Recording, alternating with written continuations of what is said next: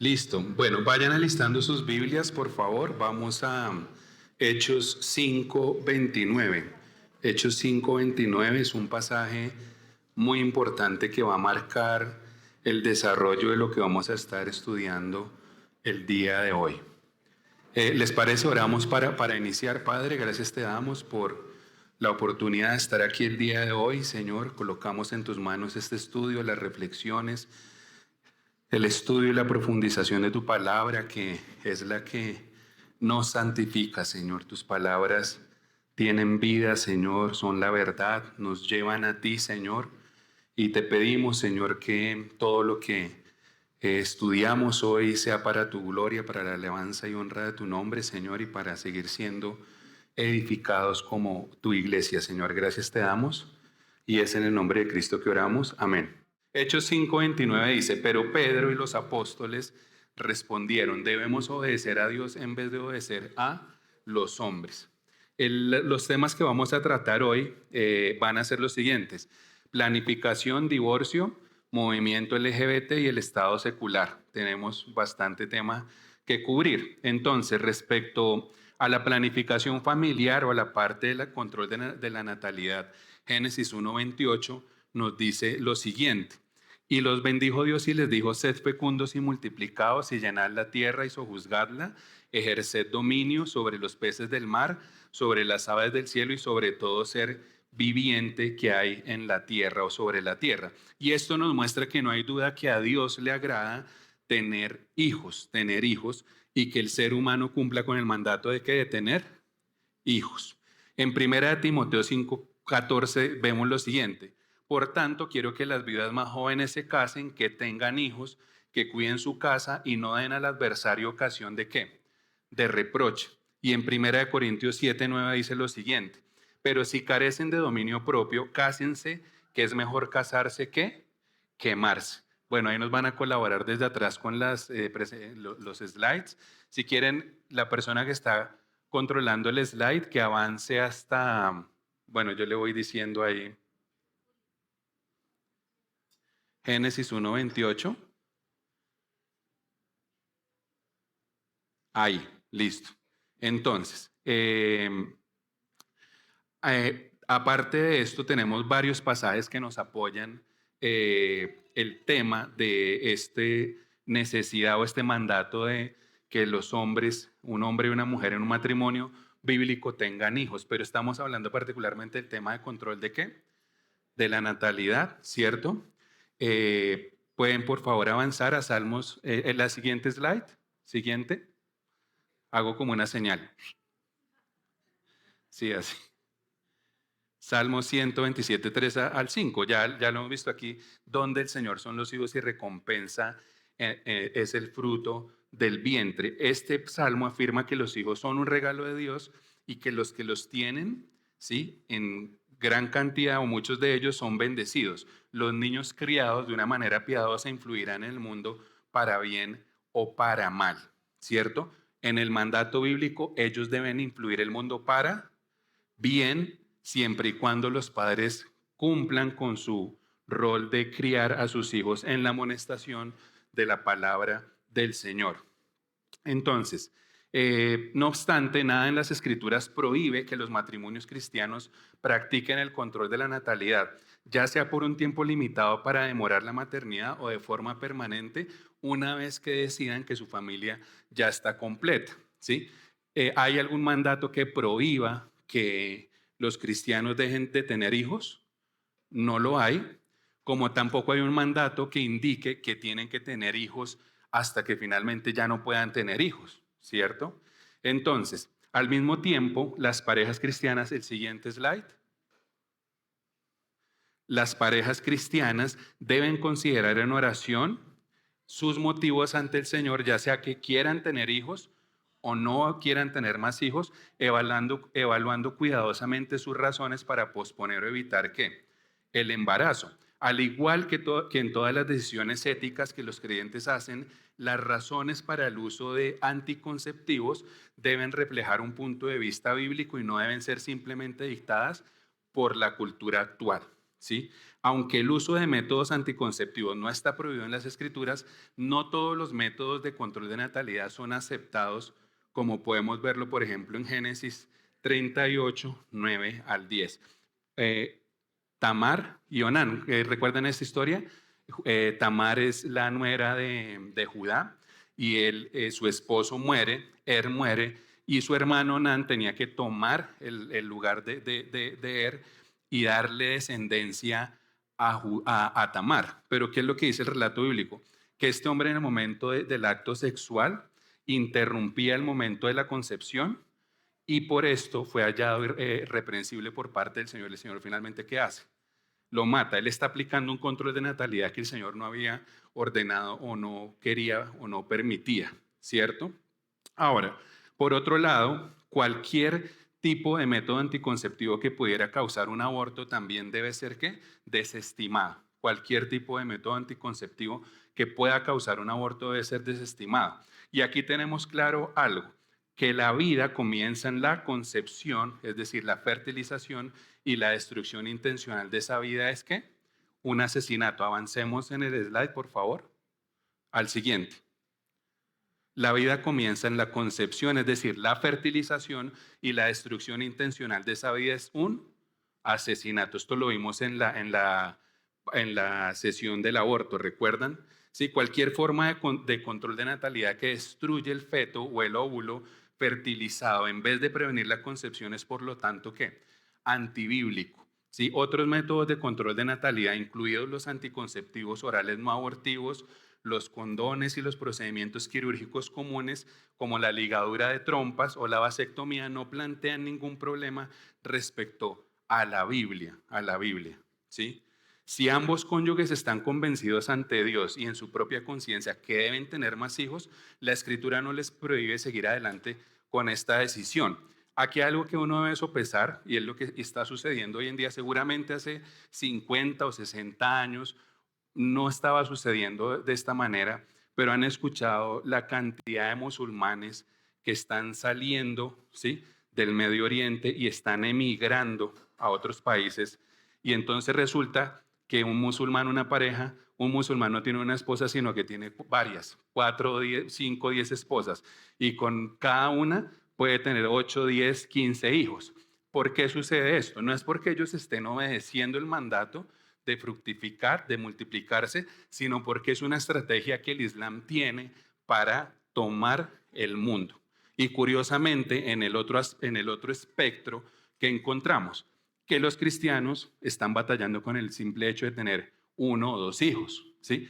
Deberíamos considerar esto es algo importante y es algo cultural que está afectando realmente al mundo en este momento. Ahora, volviendo a nuestro tema.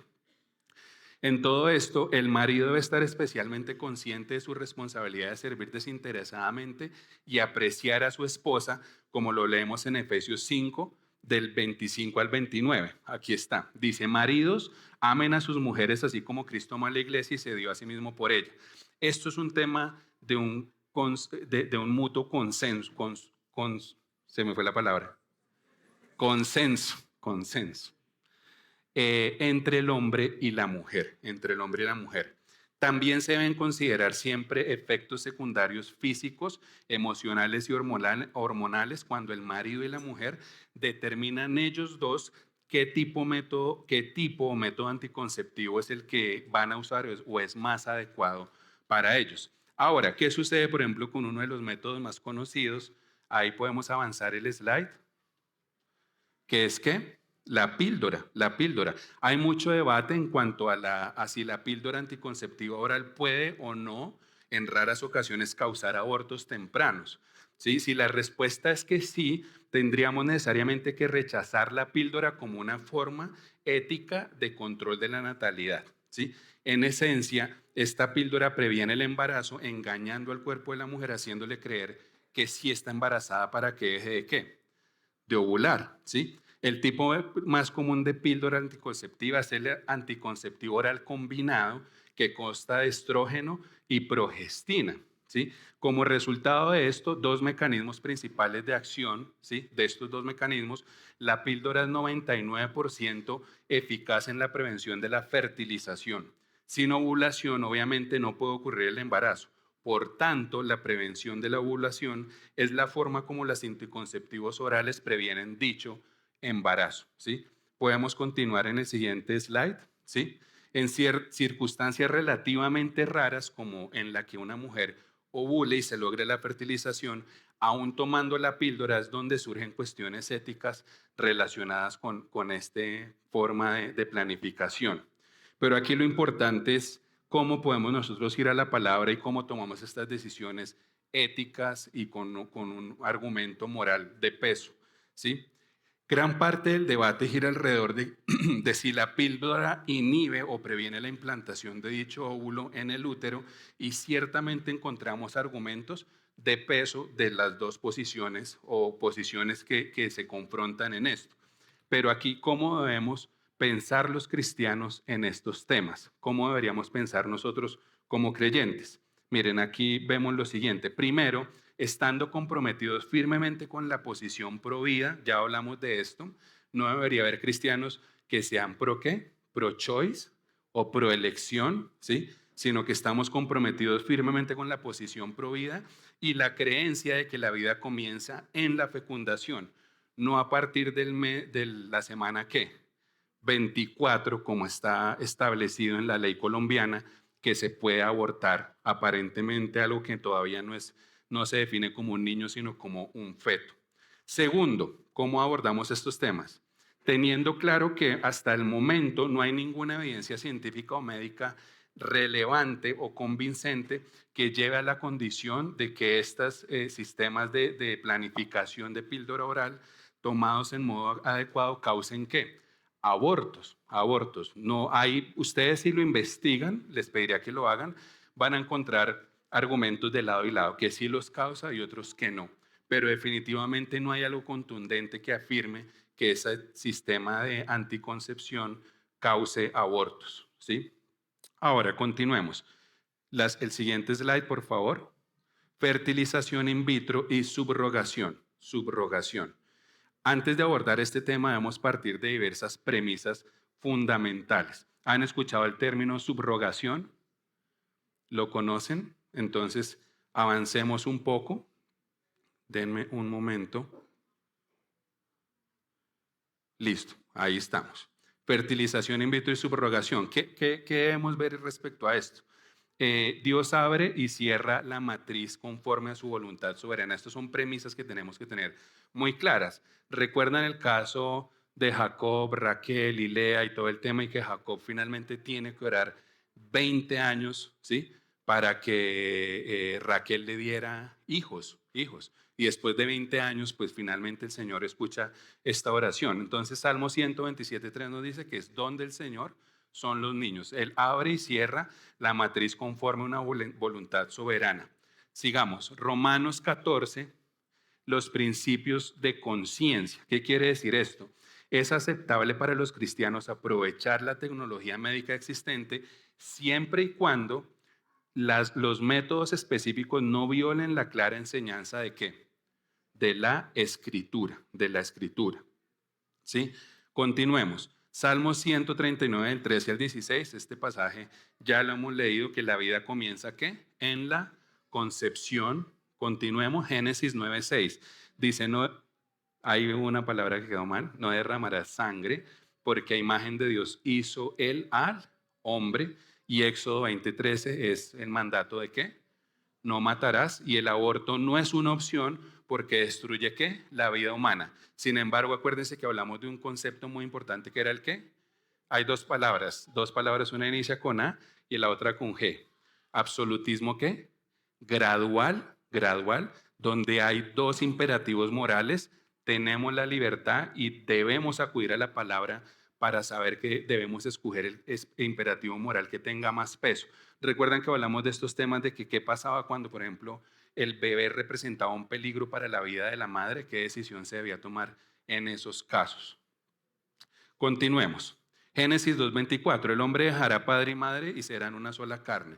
Respecto a esto, podemos decir que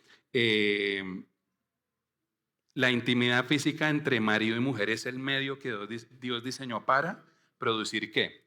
Descendencia, ¿sí? Entonces, teniendo claro esto, a partir de estas premisas bíblicas, podemos citar las siguientes conclusiones. Estas son premisas que nos van a llevar a estas conclusiones, ¿sí? Las siguientes. No, si quieres, devuélvelo, déjalo atrás, que las voy a leer acá. Todas las parejas que deseen tener hijos, sí, hay 3 conclusiones acá, ya sea naturalmente o con asistencia médica, deben examinar cuidadosamente sus motivos para asegurar que el deseo de tener un niño no se está convirtiendo en una especie de ¿qué? De idolatría, de idolatría.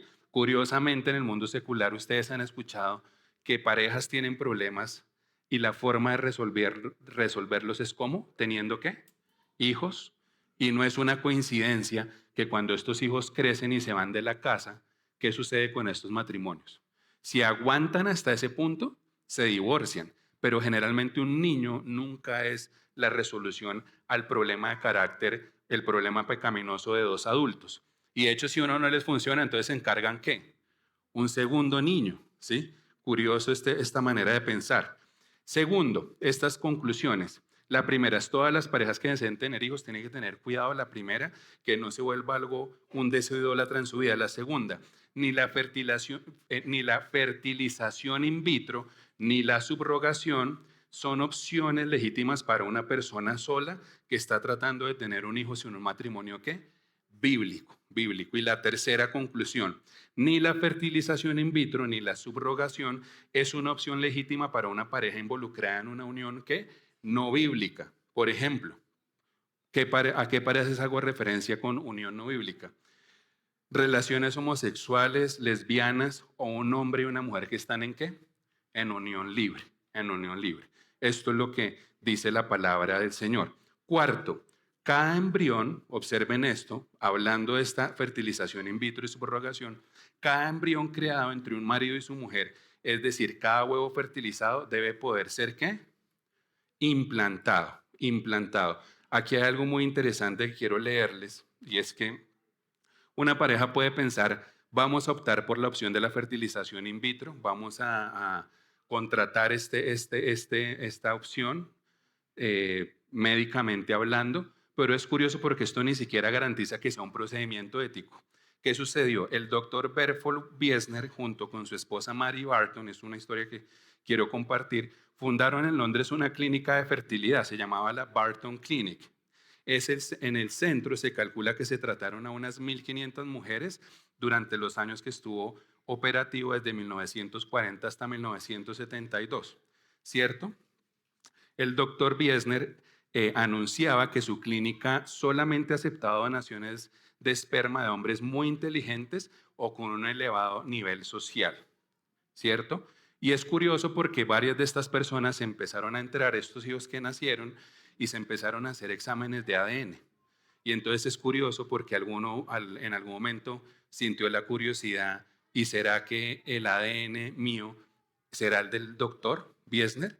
Y resulta que van en 700 casos donde el doctor Biesner no usó el esperma de los donantes, sino puso su propio ¿qué? Esperma. Entonces, estos temas éticos y morales hay que tener muy en cuenta. ¿Recuerdan que les decía cuál es el problema de los sistemas humanistas? El hombre.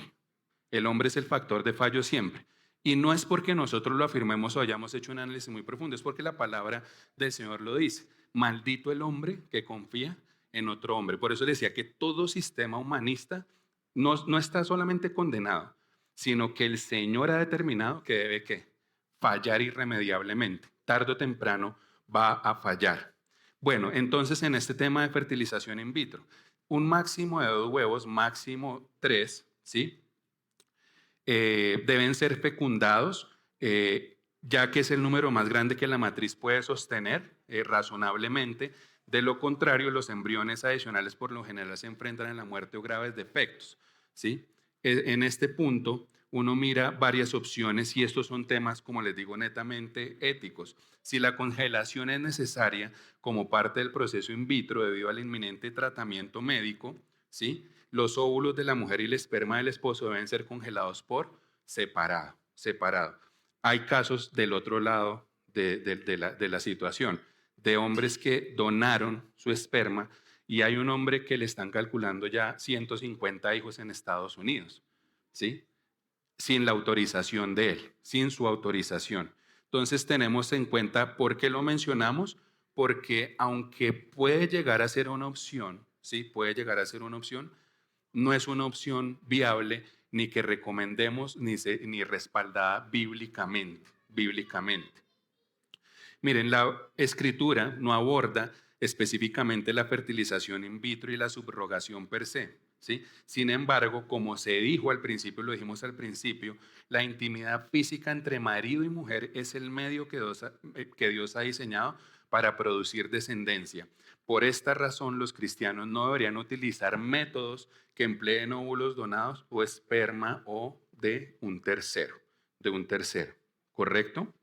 Entonces continuemos acá, vamos a ver dónde estamos.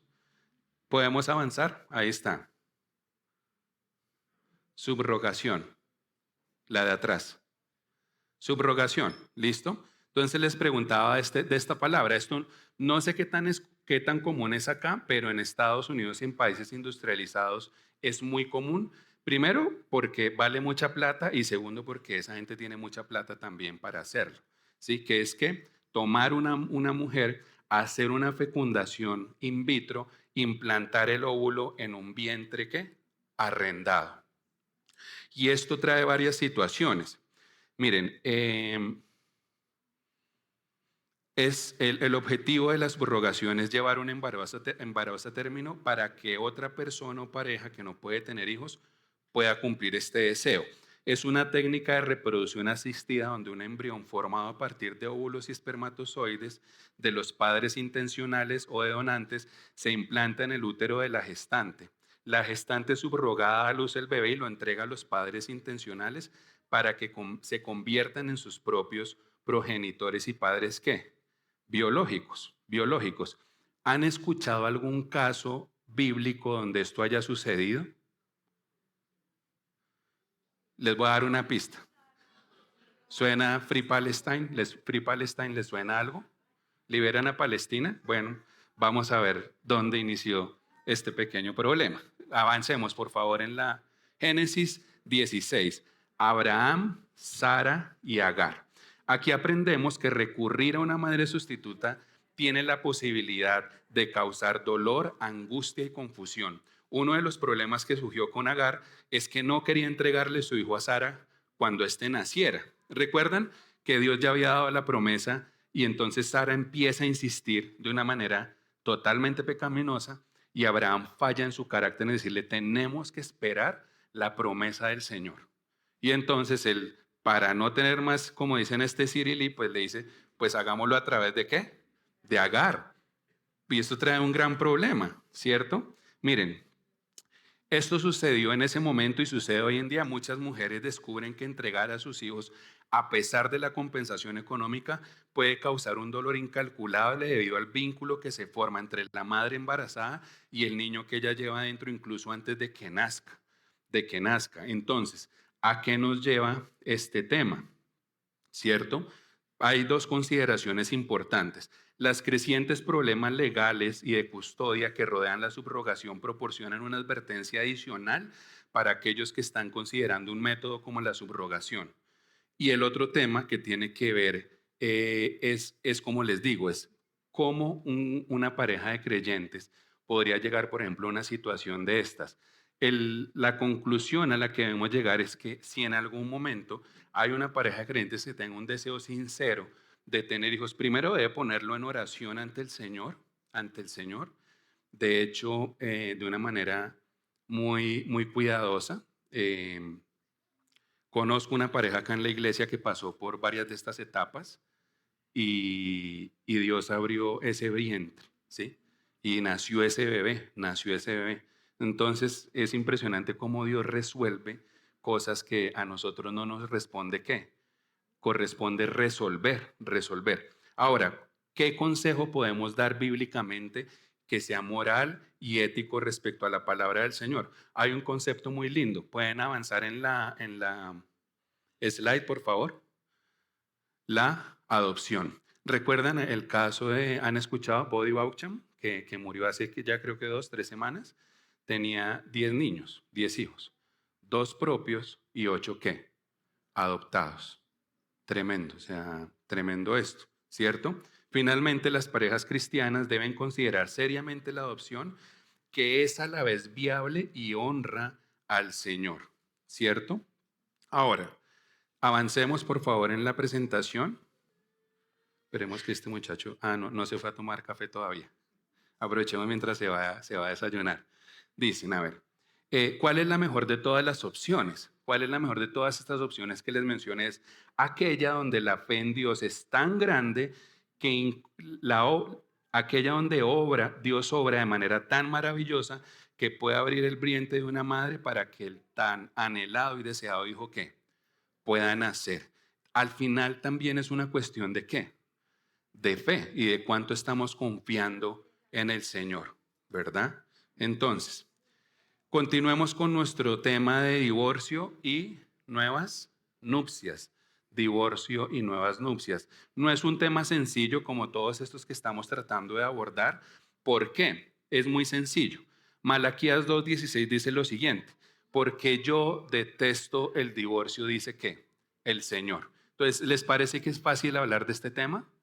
No lo es, y vamos a ver que finalmente también la palabra nos va a dar la respuesta a todo esto. Dios aborrece el divorcio porque siempre implica infidelidad al pacto solemne de la unión en la que dos personas han entrado delante de Dios, y porque trae consecuencias perjudiciales no solo para la pareja, sino también para ¿qué? Para sus hijos, ¿cierto? Entonces vemos lo que dice aquí el Señor Malaquías 2:16. En la escritura solo se permite el divorcio, ¿sí? Debido al pecado de las personas, no porque Dios así lo haya determinado. Debemos aborrecer ese divorcio, sigamos acá, como lo hace Dios, y tratar únicamente con ello cuando se han agotado todas las opciones de ¿qué?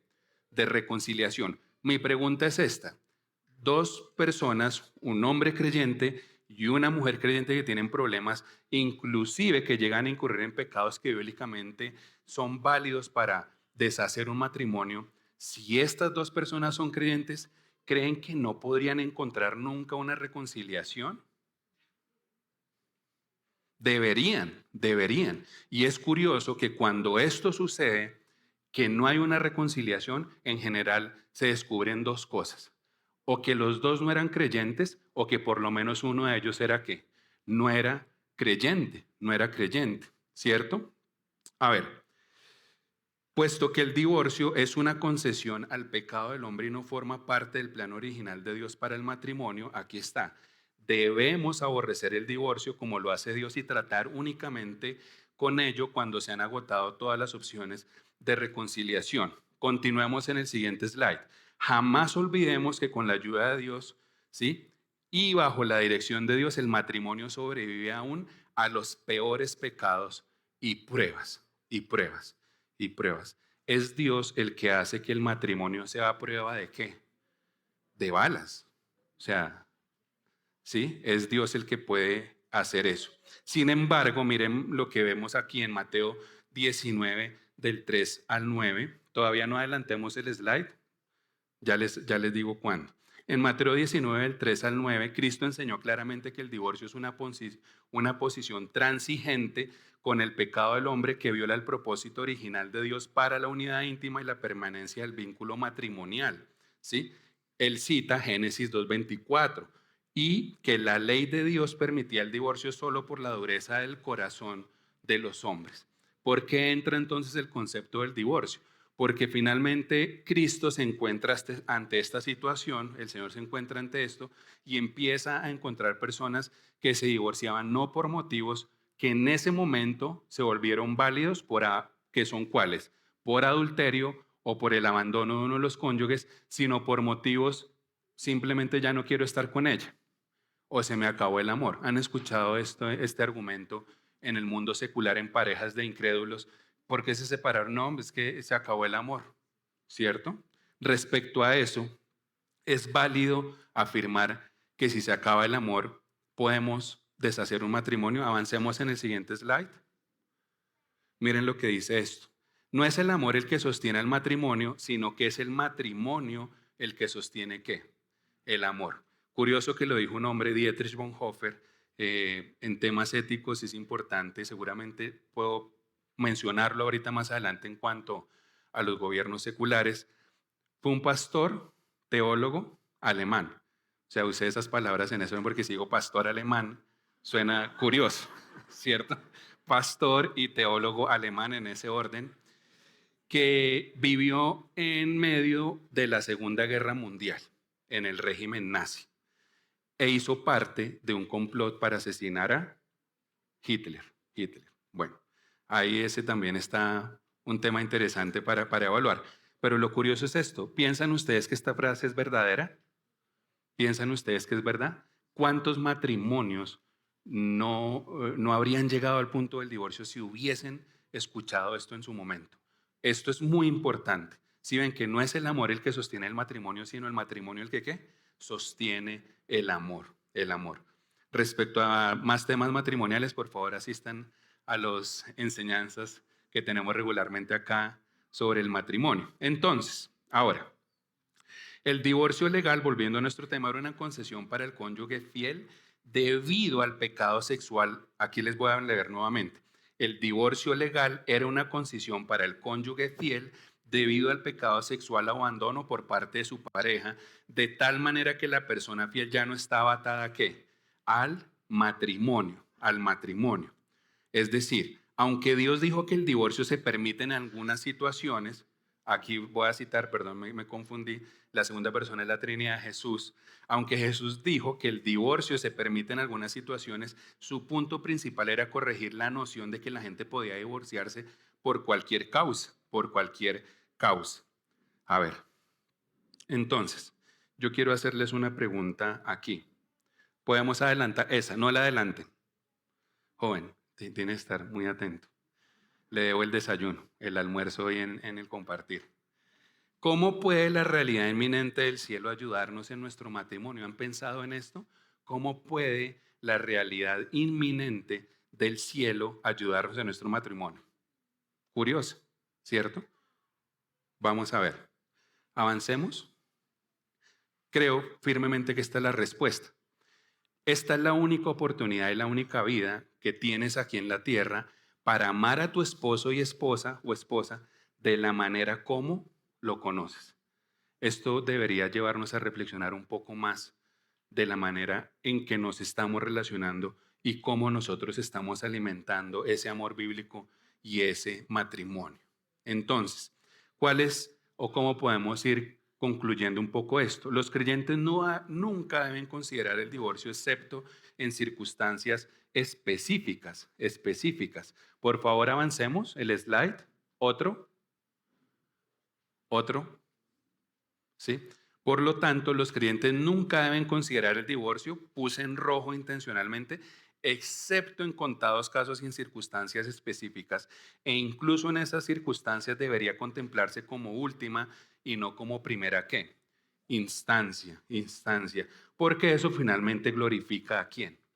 Al Señor, al Señor. Si somos verdaderos creyentes, nuestro mayor objetivo siempre va a ser que buscar que Dios sea ¿qué?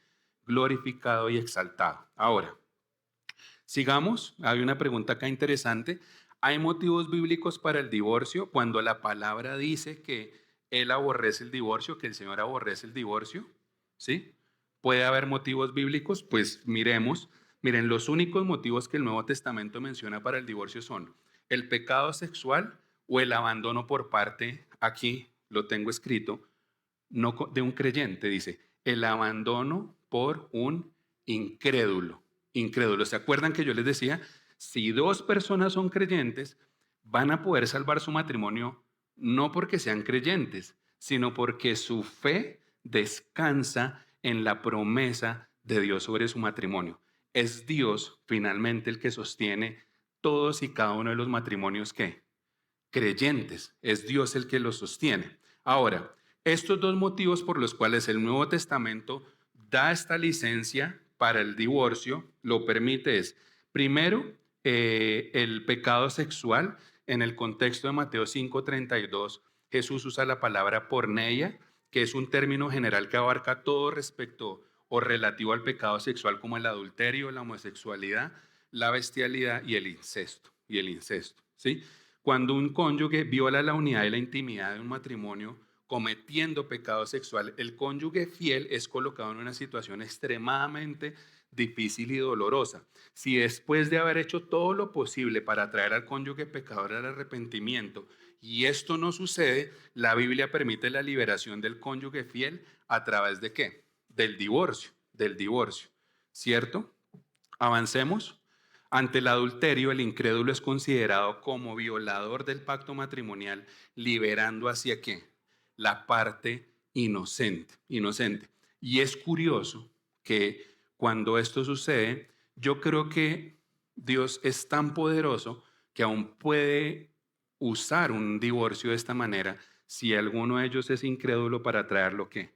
A un arrepentimiento de la salvación. Conozco matrimonios que se separaron inclusive por bastantes años y fue esa separación la que el Señor usó para llevar al incrédulo a los pies de Cristo y guardó al creyente todos estos años aguardando pues el arrepentimiento de la persona que había pecado de esa manera.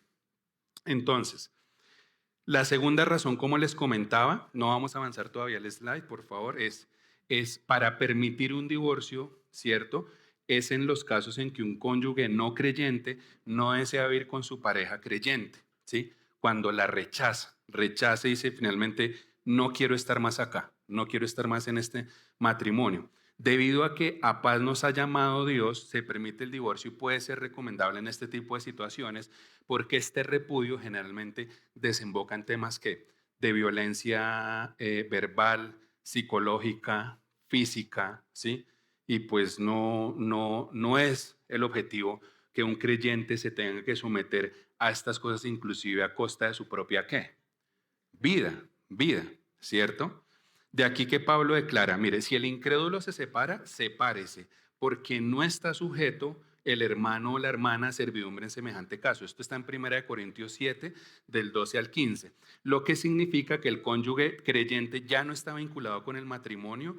El divorcio en ese caso es aceptable sin temer desagrado por parte de Dios, por parte de Dios. En este caso, el incrédulo podría ser considerado como el violador del pacto. Aquí está liberando hacia la parte inocente.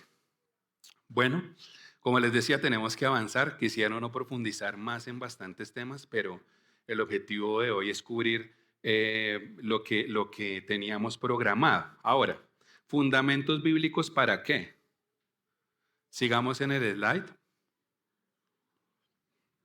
Segundas nupcias y fundamentos bíblicos para esto. Para esto es importante que lo veamos. El nuevo matrimonio del cónyuge fiel solo se permite cuando el divorcio es basado o fundamentado en motivos bíblicos. ¿Qué quiere decir esto? Aquellos que se divorcien por cualquier otro motivo han pecado contra Dios y su cónyuge y para ellos el casarse con otra persona es considerado como ¿qué? Adulterio. Esto es muy serio, es muy serio. ¿Y por qué sabemos que es serio? Porque está consignado explícitamente en la palabra del Señor. Esto no está implícito, son palabras explícitas respecto a esto. Miren lo que dice Marcos 10 del 11 al 12. Y él les dijo, cualquiera que se divorcie de su mujer, ¿él es quién? Jesús les dice, cualquiera que se divorcie de su mujer y se case con otra comete adulterio contra ella. Y si ella se divorcia de su marido y se casa con otro, ¿qué? Comete adulterio. Sin embargo, algo que es muy importante y quiero que tengamos en cuenta es que ninguno de estos pecados es el pecado ¿qué? Imperdonable. Imperdonable, eso es clave, lo vamos a ver ahora. Entonces, Pablo dice que una mujer creyente que se divorcia pecaminosamente debe quedarse sin casar o reconciliarse con su marido. ¿Han escuchado que sobre todo en el ámbito carismático, muchas parejas de pastores se separan y vuelven a casarse y aparentemente no hay motivos bíblicos para esto? Curioso, ¿sí? Porque están yendo totalmente en contra de la instrucción y de la palabra del Señor. Además de esto, la Biblia también da una palabra de advertencia para cualquiera que esté considerando casarse con una persona divorciada por motivos que no bíblicos, no bíblicos. Si el divorcio no fue por motivos bíblicos y todavía hay una responsabilidad de reconciliación, la persona que se casa con la divorciada se considera ¿qué? Adúltera, ¿cierto? Yo sé que estos no son temas fáciles de tratar, pero desafortunadamente estamos viviendo en una sociedad donde el matrimonio, a ver, quieren eliminarlo por completo, borrarlo de la sociedad, pero curiosamente, ¿cuál es uno de los movimientos que más está abogando porque la aprobación del matrimonio? El movimiento LGBT, por ejemplo. Curioso, curioso, ¿cierto? A ver, en algunos casos, bueno, esto es importante que lo veamos. ¿Qué pasa en estas situaciones? ¿Cómo traer luz a todo esto? Los líderes de la iglesia están para ayudar a los creyentes solteros que se han divorciado a entender su situación bíblicamente, sobre todo en los casos en que no parece clara la aplicación adecuada de la enseñanza bíblica. En algunos casos, la guía de liderazgo de la iglesia es necesaria para ayudar a los divorciados a determinar si uno o ambos miembros de la otrora pareja o de su matrimonio anterior eran creyentes genuinos en el momento de su divorcio pasado, porque eso afectará a la aplicación de los principios bíblicos en su situación actual. actual. Cualquier creyente que esté en una situación de divorcio que no parece clara debe buscar humildemente ayuda y dirección en la iglesia y no fuera de ella. Y yo pensaría que buscar ayuda de manera ¿qué? Oportuna, no como última opción, sino como primera ¿qué? Opción, ¿cierto? Bueno, continuemos. Por favor, divorcio antes de la conversión. Otro tema más para añadirle a esto, ¿cierto? La salvación indica que una persona ha comenzado una nueva vida, ¿cierto? Escuchen esto, la salvación indica que una persona ha comenzado una nueva vida. ¿Por qué lo estoy mencionando? Porque estoy hablando de un tema, hablamos del tema del divorcio antes de qué? De la conversión de una persona, ¿sí? Esa nueva vida se define por un patrón de obediencia a lo que Dios ha revelado acerca de todas las áreas de la vida, incluyendo el matrimonio y el divorcio. Y de acuerdo con 2 Corintios 5:17, el creyente se ha convertido en una nueva criatura cuando cree en Jesucristo, en Jesucristo. ¿Qué quiere decir esto? Quiere decir que Cristo comienza un proceso de transformación a través del Espíritu Santo y de la palabra, Es muy importante que tengamos cuidado con algo, y es que somos tendenciosos a juzgar mucho la vida de las personas antes de su salvación. Y es curioso porque puede suceder que una persona nueva llega a la iglesia y empieza a indagar o escudriñar en el pasado de la vida de las personas. ¿Para qué? Para traerlo a la luz y atacar a la persona posteriormente. Y esto es totalmente antibíblico, esto es una perversión. ¿Por qué? Porque nosotros somos nuevas criaturas en Cristo, en Cristo. Esa es nuestra verdadera identidad, ¿cierto? Miren, de hecho, Pablo se lo dice a los Corintios, en 1 Corintios 7, del 20 al 27, hay una lista de características y de comportamientos totalmente pecaminosos y vicios, y él les dice, esto erais, ¿qué? Algunos de vosotros, inclusive mencionando las conductas homosexuales, ¿sí? Borrachos, ladrones, avaros, de todo, o sea, de todo, ¿cierto? Entonces, miren, si el creyente o los creyentes se convierten después de haberse divorciado y no pueden reconciliarse con su excónyuge debido a que el cónyuge o no es creyente o ya se casó de nuevo o se murió, entonces es libre de permanecer soltero o de casarse con otro creyente. Es lo que nos dice la palabra, ¿sí? Esto es lo que nos dice básicamente la palabra. Ahora, continuemos en el slide. El divorcio no bíblico y el perdón, ¿qué? Divino. En los casos en que se llevó a cabo el divorcio basado en fundamentos no bíblicos y el cónyuge culpable se arrepiente más adelante, la gracia de Dios es operativa al punto de que del arrepentimiento. Una señal de verdadero arrepentimiento será un deseo de implementar 1 Corintios 7, 10 al 11, lo que implicaría un afán en buscar la reconciliación con su excónyuge si eso fuera posible. Entonces, ahora, en los casos que un creyente obtuvo el divorcio por motivos no bíblicos y se volvió a casar, él o ella es culpable del pecado de adulterio hasta que el pecado sea ¿qué? Confesado. Aún una persona que se casa de esta manera y recurre en adulterio tiene la opción de la confesión de ¿qué? De sus pecados, y no solamente de la confesión, sino de ¿qué? Del perdón de sus pecados, Es lo que nos dice la palabra. Ahora, avancemos en el slide. Miren, Dios perdona el pecado inmediatamente cuando tiene lugar ¿qué? El arrepentimiento. Y no hay nada en la escritura que indique otra cosa que el hecho de que a partir de ese momento el creyente debe continuar en su actual ¿qué? Matrimonio. Matrimonio. Listo. ¿Qué les ha parecido el tema hasta ahora? ¿Les parece si me tomo un chorrito de agua y hacemos, levanten las manos, hacemos una actividad de, ¿cómo se dice? Pausa activa. Pausa activa, listo. Ahora, pasemos a un tema menos complicado. De hecho, es importante. Continuemos. ¿Saben esa imagen que representa? ¿Se les hace parecido algo? Sodoma y Gomorra, Sodoma y Gomorra. Entonces, listo. El homosexualismo. Teníamos que llegar a esto en algún momento. Génesis 19, del 12 al 38 nos relata la historia de Lot y su familia y su esposa viviendo en medio de Sodoma y Gomorra, que eran unas ciudades donde la conducta homosexual, noten que intencionalmente estoy diciendo conducta homosexual. Ahorita vamos a ver por qué. Era rampante, tan impresionante que inclusive estos ángeles que bajaron para proteger a Lot y a su familia, estos hombres quisieron, dice la palabra, ¿qué? Violar a los ángeles, ¿cierto? Miren, todo lo que no honra a Dios o a su diseño es ¿qué? Pecado, es pecado, ¿cierto? Al mismo tiempo es necesario recordar que la homosexualidad no es el único pecado sexual, ni tampoco es el pecado ¿qué? Imperdonable. Para mí sí es imperdonable que un pastor se pare en un púlpito y diga a los homosexuales no hay que darles el evangelio, a los homosexuales hay que matarlos, ¿sí? Lo he escuchado en iglesias que dicen ser bíblicas y fundamentalistas, especialmente o extremistas. Pero ¿es esto lo que dice la palabra de Dios? Sabemos que la homosexualidad no forma parte del plan del Creador porque desde el inicio leemos en Génesis 1:27, ¿sí? Que Dios creó a un hombre y a una mujer, ¿cierto? Génesis 1:27 dice, varón y hembra, ¿qué? Los creó. Es decir, continuemos en el slide.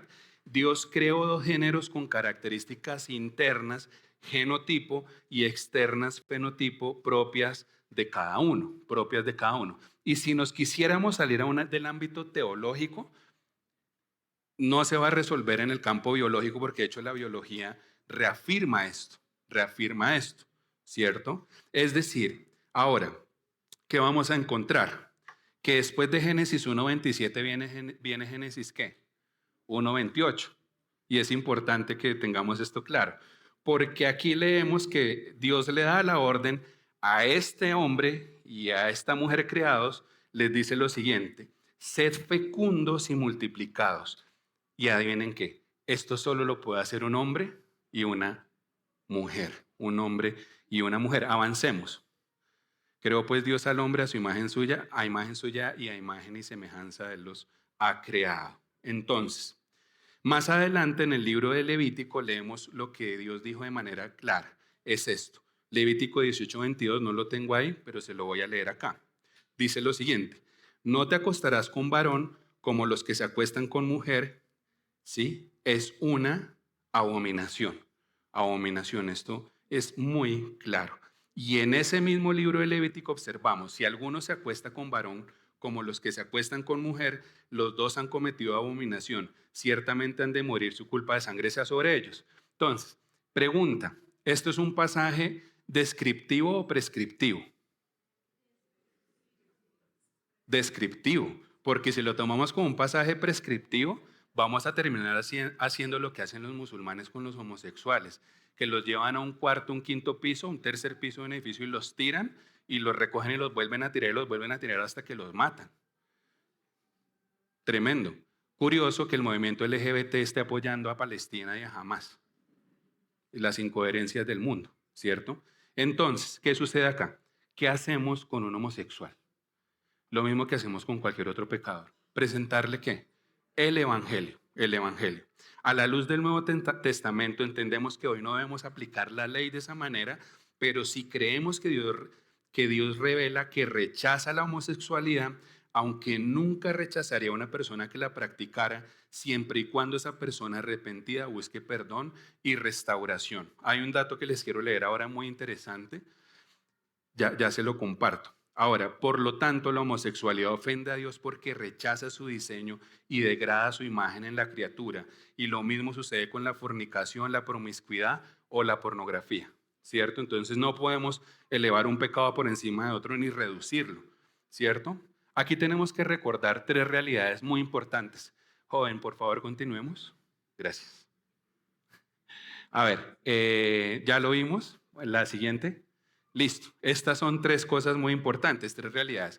Jesús murió por heterosexuales y homosexuales por igual. Todo pecado, independientemente de su naturaleza, requiere arrepentimiento, no solo la homosexualidad.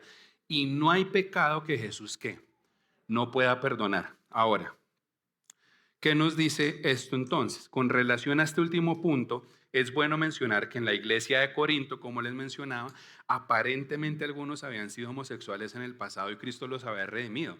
Uy, acaban de decir eso desde el púlpito, ¿sí? Que había homosexuales en la iglesia de Corinto que Cristo había redimido. Primera de Corintios 6, del 9 al 11. No lo voy a leer todo. Inicia así: ¿o no sabéis que los injustos no heredarán el reino de los cielos, el reino de Dios? No os dejéis engañar. Ni los inmorales, ni los idólatras, ni los adúlteros, ni los afeminados, ni los homosexuales, ladrones, avaros, borrachos, difamadores, ni los estafadores heredarán, ¿qué?, el reino de Dios. Y miren lo que dice acá Pablo. Y esto erais algunos de qué? De vosotros, ¿sí? Ahí estaban, ¿sí? Pero fuisteis lavados, fuisteis santificados, pero fuisteis justificados en el nombre del Señor Jesucristo y en el Espíritu de nuestro Dios. Y es necesario afirmar esta verdad porque hoy se habla mucho de que no es posible abandonar, ¿qué?, la conducta homosexual. De hecho, una de las grandes mentiras que Satanás ha introducido en este movimiento es: Dios me hizo así. Y Dios no lo hizo así. No lo hizo así. Les iba a leer esto que me pareció súper interesante. Nicholas Cummings, un médico y psicólogo, nació en el 1924 y murió en el 2020, expresidente de la Asociación Americana de Psicología, menciona esto: afirmar que toda atracción hacia el mismo sexo es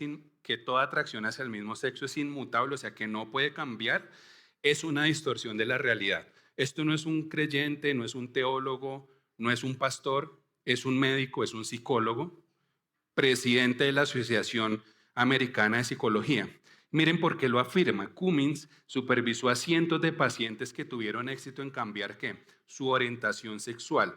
Recordemos que para su salvación el homosexual necesita lo mismo que el heterosexual, que es ¿qué?, arrepentimiento de pecado, perdón de parte de Dios a través del sacrificio penal y sustitutivo de Cristo, ¿sí?, ya que Él pagó la pena y murió en el lugar de esta persona o en nuestro lugar, y además debe confesar a Jesús como su Señor y Salvador. Listo. Continuemos. ¿Han visto esta imagen antes? Sociedad secular y la homosexualidad. Listo. Les comento. Esto es una Biblia que existe y es intencional que el separador tenga el arco iris. ¿Han escuchado de la King James Version? Esta versión, la traducción del rey Jacob de 1611. Pues esta no se llama King James Version, esta se llama Queer James Version. Y es la Biblia que todas las iglesias metodistas y que están apoyando el movimiento LGBT están predicando desde los púlpitos, ¿sí? Esto es una barbaridad, esto es una obscenidad completa.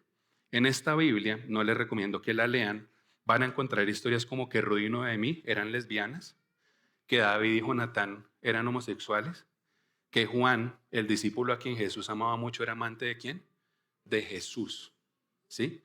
Esta es la perversidad que está introduciéndose dentro de estas iglesias. No es solamente una apertura a la condición de homosexualidad de personas, sino es una tergiversación y es trastornar completamente la palabra de Dios. Díganme una cosa: ¿hay maldición o hay bendición bajo esto? Maldición, ¿cierto? Miren, un análisis bíblico de nuestros tiempos evidencia factores más claros y poderosos implicados en el aumento de la homosexualidad. Primero, la sociedad moderna se alejó de Dios y donde no hay un dador de la ley, las personas concluyen que están libres para hacer lo que piensen que está bien ante sus propios ojos.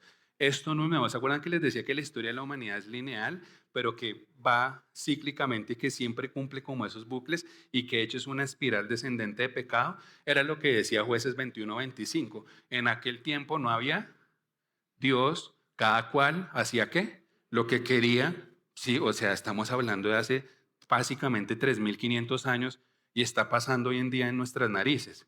A ver, si no hay Dios, como lo dijo Dostoyevsky en su famosa obra Los hermanos Karamazov, todo es permisible. Si no hay Dios, todo es permisible. ¿Por qué creen que estos movimientos están profundamente ligados a un movimiento llamado ateísmo? El ateísmo. El ateísmo está detrás de todo esto también. Como consecuencia del anterior, los límites sociales desaparecieron porque ya no se considera que existan ¿qué? Morales absolutos. Recuerdan que iniciamos esta serie hablando de los absolutos, ¿sí? Y de lo grave que es volver los absolutos en algo ¿qué? Relativo, y el movimiento es relativismo, ¿cierto? Y de cómo este movimiento dio luz a otros movimientos como el secularismo, el materialismo, ¿sí? Listo. A ver, los padres participan cada vez menos en la crianza de sus hijos, lo cual origina una ausencia de los patrones normales de masculinidad y ¿qué? Feminidad, roles masculinos, ¿sí? Hombres crían ¿qué? Hombres, mujeres crían mujeres. No lo tengo acá anotado, pero una persona un día en el trabajo, en un trabajo que yo tuve, me dijo, yo sí creo que los homosexuales nacen así. Yo le dije, ¿por qué? Porque resulta que todos mis primitos que nacen homosexuales. Y le digo, ¿pero por qué nacen homosexuales? Lo que pasa es que los cría mi abuelita que es lesbiana, la mamá que es lesbiana, las tías que son lesbianas y las primas crían a los niños que también son ¿qué? Lesbianas, ¿sí? Entonces aquí tenemos un patrón muy importante para ver qué es lo que está sucediendo en estos movimientos. Miren, la élite intelectual, que es una minoría, siempre ha sido más liberal que el resto de la sociedad, pero hoy esa élite maneja los medios de comunicación y ha transmitido la idea de que el género es un constructo social, ¿cierto? Por tanto, es algo que se puede elegir y que la homosexualidad es solo otra elección más de las muchas elecciones que hay y otra forma de vivir. Las mentes abiertas se consideran progresivas, ¿sí? La mente abierta es considerada más progresiva. ¿Les suena otra vez parecido a algún progresivismo? ¿Sí?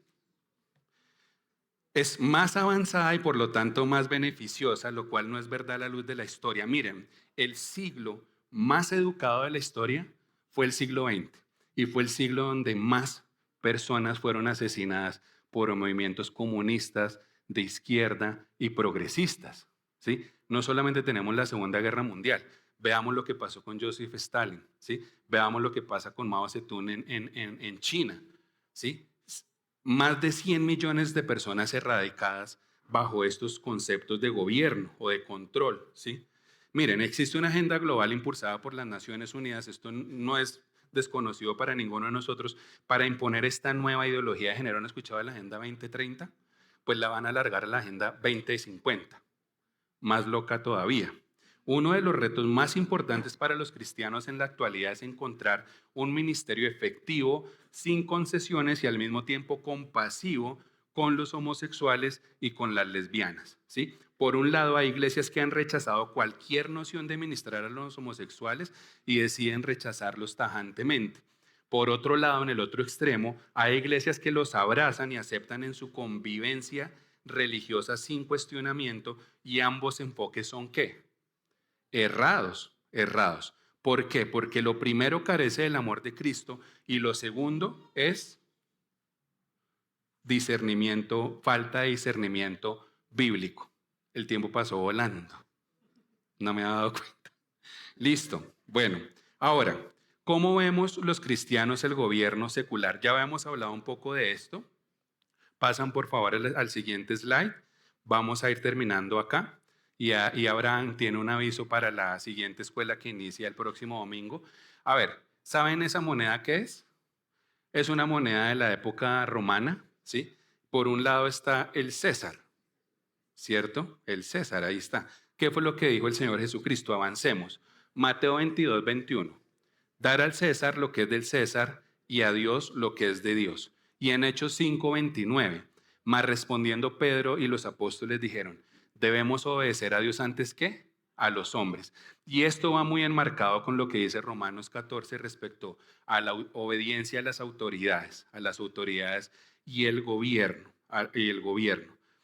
Para cerrar, un hombre, Alexander Solzhenitsyn, atribuyó los grandes desastres de Rusia en el siglo XX al hecho de que los hombres se habían olvidado de Dios. Hizo un estudio exhaustivo, un historiador, dice, nos dimos cuenta que la debacle y la desastre de Rusia se produjo porque los hombres se habían olvidado de Dios y sigue siendo exactamente lo mismo. Ahora, ¿debe un cristiano participar en política o retirarse? ¿O cómo se relaciona la iglesia corporativa con la política? ¿Cómo resolvemos esto? La pregunta a estas respuestas es la siguiente. Una sencilla pregunta, ¿por quién deberíamos votar? Y yo les puedo decir lo siguiente. No escojamos al hombre que esté más cerca, porque ninguno está cerca. Ninguno está cerca. Escojamos al que esté menos que lejos y que esté más alineado con nuestros valores como cristianos. Es un deber como creyentes entender esto, ¿sí? Y pidámosle al Señor que nos dé sabiduría. Ahora vamos ya terminando nuestro estudio, ya Abraham está, él siempre es como serio, ¿no? Me está haciendo cara más seria todavía. Entonces, muchas gracias. Si tienen dudas, podemos resolverlas, me pueden buscar, las escuelas las van a subir. Y bueno, terminemos en oración. ¿Me permite hacer una oración, hermano? Qué pena, disculpe. Ahí me disculpará. Padre, gracias te damos por este tiempo, por la oportunidad de estos estudios, Señor, que hayan sido para edificación de tu iglesia, de nosotros, Señor. Esto es solamente la punta del iceberg, Señor, pero ayúdanos a seguir profundizando, a ser cristianos dedicados en el estudio bíblico, Señor, a entender los tiempos como dice tu palabra, que seamos entendidos en los tiempos, que hallemos sabiduría y que nuestra mente sea renovada siempre con la mente de Cristo, Señor. Gracias te damos por este tiempo y dejamos todo este estudio en tus manos y es en el nombre de Cristo que oramos. Amén.